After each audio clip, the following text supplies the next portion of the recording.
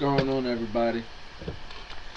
Intergalactic Brew here to give you my UFC on Fox Diaz versus Miller predictions. I know I'm like late as hell. I know I waited till like the last minute to do this crap, but I mean, if I didn't do one, I would have felt bad. So here we go. First fight I want to talk about Pat Barry, LeVar Johnson. Basically, this is going to be a bona fide slugfest, as we all know. It's basically going to be power versus technique. Of course, with Pat Barry having the technique and LeVar Johnson with the power. What Pat Barry needs to avoid is he needs to avoid LeVar Johnson's right hand. He needs to avoid his jab. He needs to avoid LeVar Johnson coming forward with combinations, backing him up against the cage and rocking him or catching him in an exchange. Pat Barry needs to use angles, use his speed and quickness to slow LeVar Johnson down, and he can do that, of course, with those razor sharp leg kicks he likes to use. Pat Barry needs to get his jab going early if he expects to back LeVar Johnson up. He also needs to look to land the overhand right over the top. If he doesn't land a spectacular high kick or a knee, or surprisingly takes LeVar Johnson down, which I don't think will happen, but I think LeVar Johnson is big enough and strong enough to fend off any takedown attempts from Pat Barry. So yeah, basically this fight will be, just like I said, a bona fide slugfest, standing up. Any other time in a fight like this, I probably would have picked Pat Barry, but being that Johnson is going to be a little bit taller and have, a slight reach advantage on Barry, and being that Barry's chin has been exposed,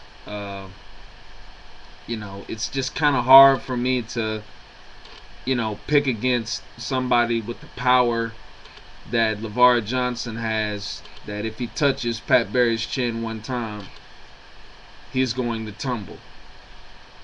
And LeVar Johnson, he can take some punishment. I really haven't seen him like get extremely wobbled like that from a punch in his last few fights. So I'm gonna have to go with LeVar Johnson on this. I think he's just gonna be able to pressure Pat Barry, and use that jab, and I think eventually he'll catch Pat Barry, maybe like with a feint or something on the inside, and he'll end up rocking him, and then he'll finish it with ground and pound. So I'm gonna go with LeVar Johnson by TKO. Next fight, Rousimar Palhares versus Alan Belcher. It's going to be Alan Belcher's return to the octagon, his first fight in a long time. Man, I can't even remember the last guy Alan Belcher faced. That's how long it's been, man. I mean, I know the last guy he faced, he submitted him. If anybody can remember what his last fight was and who he fought, feel free to comment and let me know, because I sure as hell don't. But anyway, this is his first fight back in the UFC in quite some time, and boy, does he have a hell of a re-welcoming committee, so to speak, in Rousimar Taquinho Palhares. Everybody pretty much knows Palhares' agenda.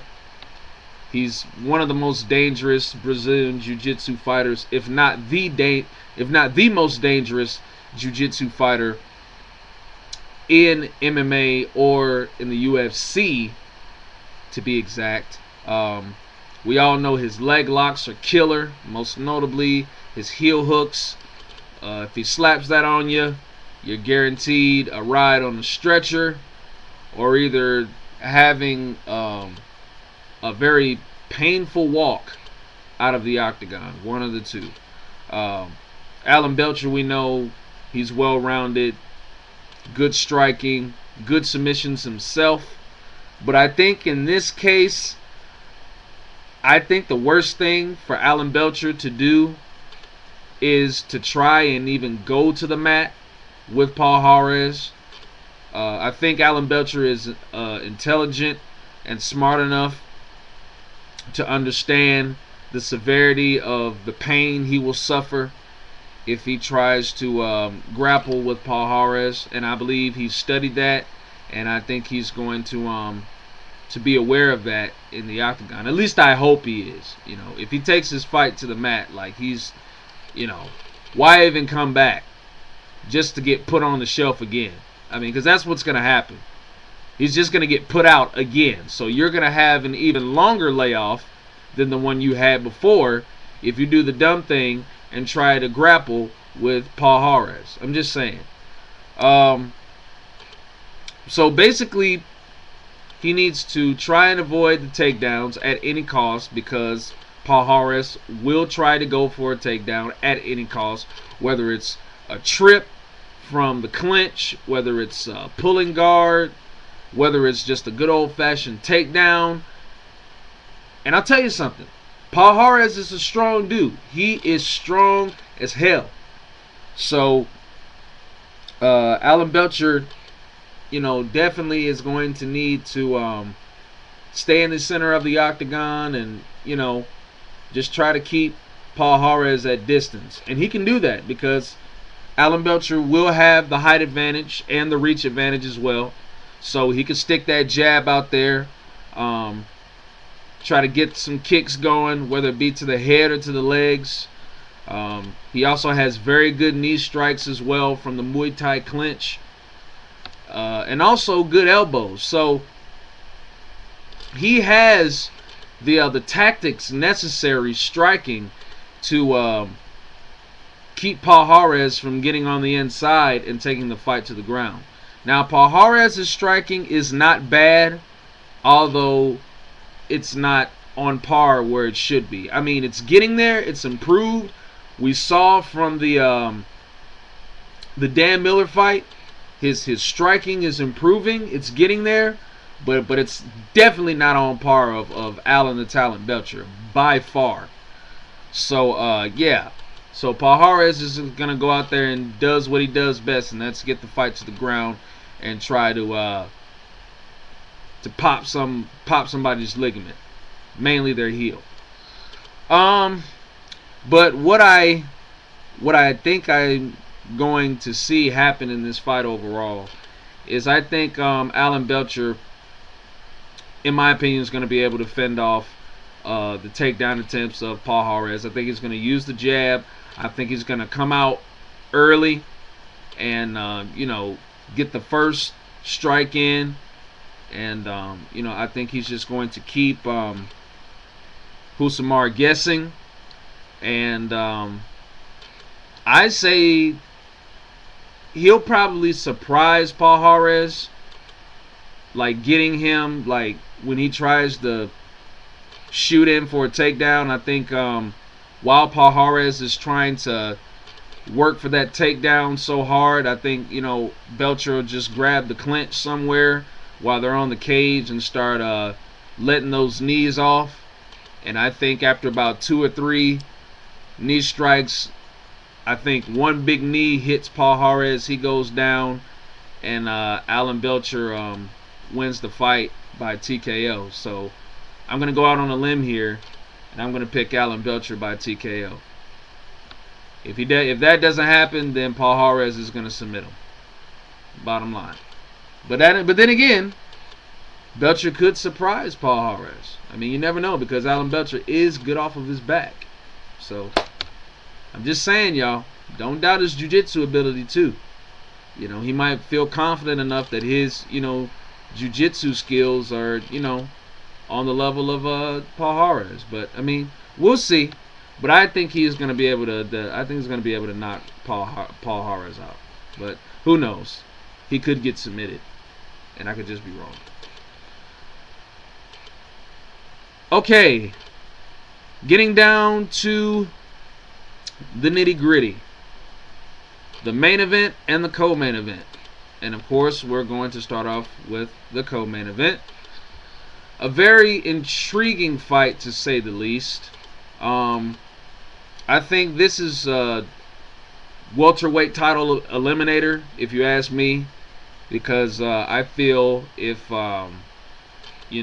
kind of the prospect can beat the veteran, I think this particular prospect could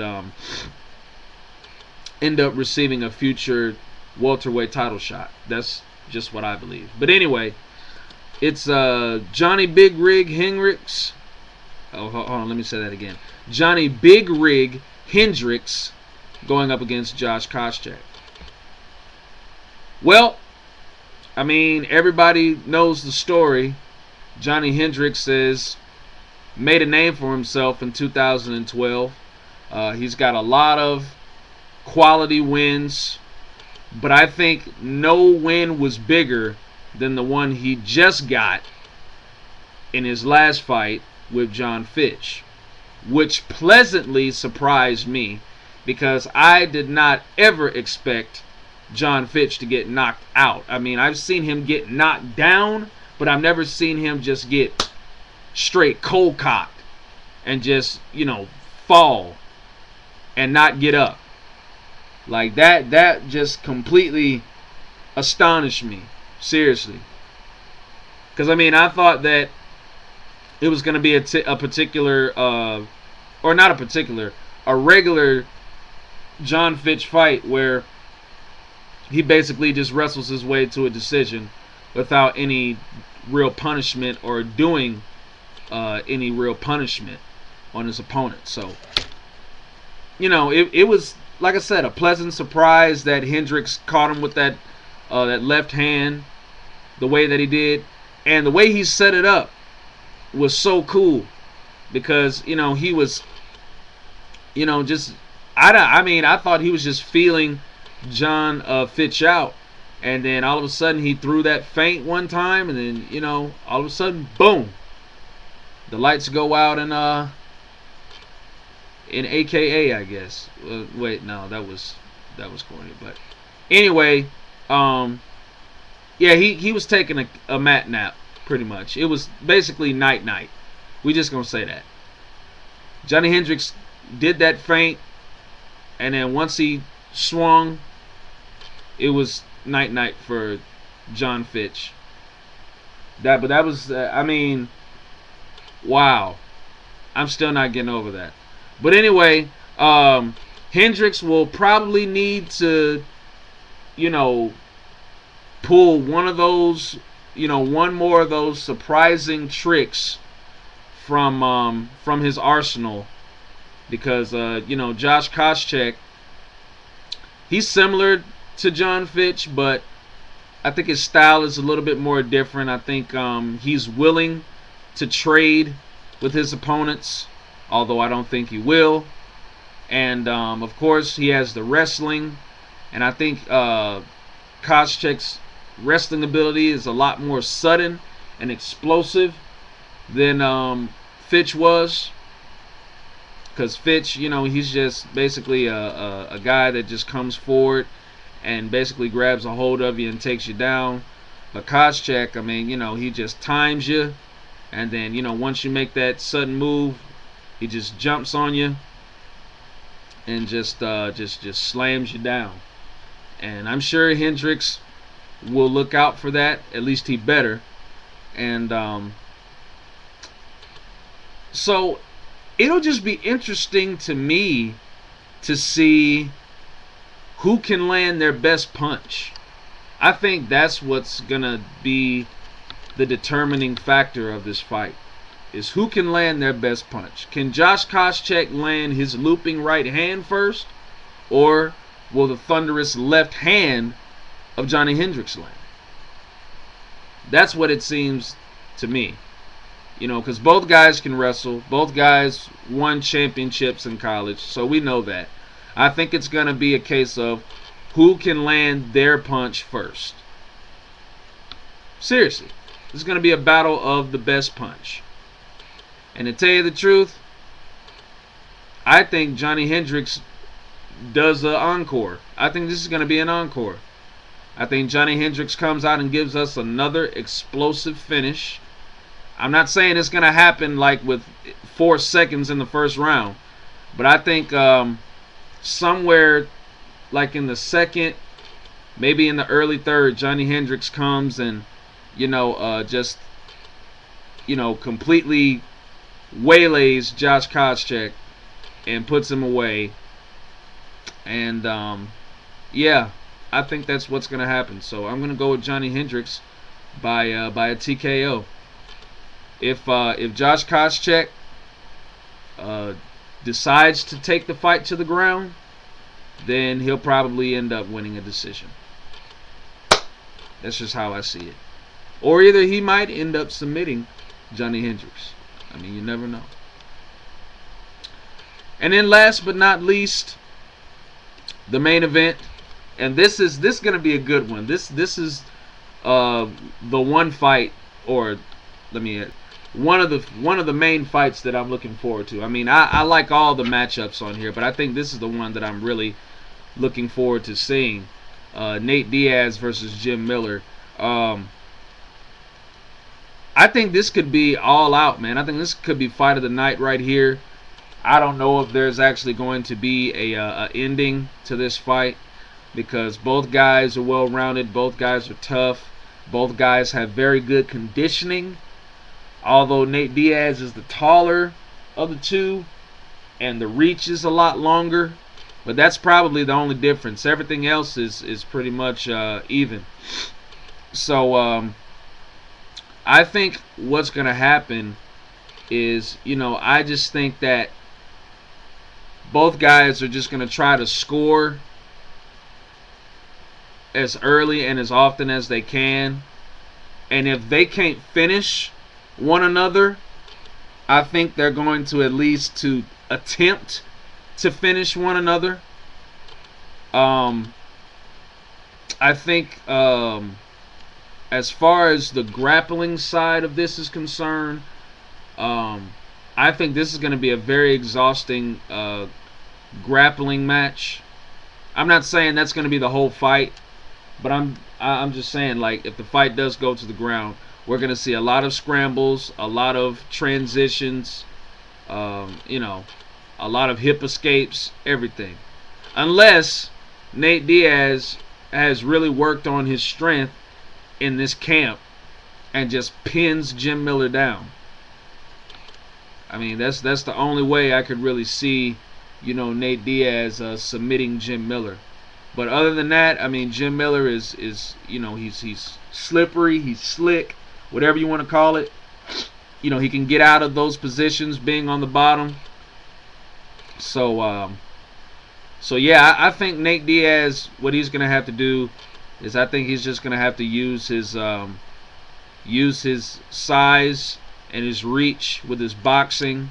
I think he's going to have to clinch with Miller a lot, bury those knees in the clinch, and take Jim Miller down and get top position and remain there. And if Jim Miller does try to escape, get in the side control and maybe try to grab a submission from there. Now, as far as Jim Miller goes, he's just going to have to close the distance, of course, and he's just going to have to let his hands go. And he's going to either have to catch Nate, or he's going to have to take Nate down and keep Nate down. I mean, this is so even. It's really going to be a matter of, who can, do enough to win the round. And it's 5 rounds too. So it's going to be a matter of who can, do the most to win the rounds. Because like I said, these two are dead even. And I just cannot see anybody knocking anybody out or anybody submitting anybody. Because like I said, both of these guys are physically tough. Both of these guys are well conditioned. And, the jiu-jitsu is there. The striking is there. So I think it's all a matter of who's going to win the round. And, I can see Nate winning this fight. I really can. Because I think after the Rory McDonald fight, I think he went back and worked on his wrestling. At least I think he did. And I think we might see him try to just slam Jim Miller here, or at least take him down explosively. That's what I think. But you know what? I just think that being that Jim Miller has really never been on the verge of getting knocked out. I mean, he's taken some punishment, but it's never been to the point where it's like, okay, if he doesn't do anything, he's going to get finished. Just based on that alone and Jim Miller's toughness, I think he's going to be able to, pull it out by a tad. I'm going to say Jim Miller by split decision, just because of the fact that, he's extremely tough. And, it's like fighters almost get frustrated trying to finish him, but they just can't. So I'm going to have to go with Jim Miller here, but I mean, Nate Diaz could end up winning the thing anyway. I mean, this is a very close fight. I mean, it's so hard to pick against these two. It really is, but you know what? I'm just going to narrow it down to toughness, and I think Jim Miller's the tougher of the two. So I'm going to go with Jim Miller to win by split decision. So there you have it. That's my predictions. UFC on Fox, Diaz versus Miller. It's going to be a dynamite show, so don't you miss it. And I'm gone. Peace.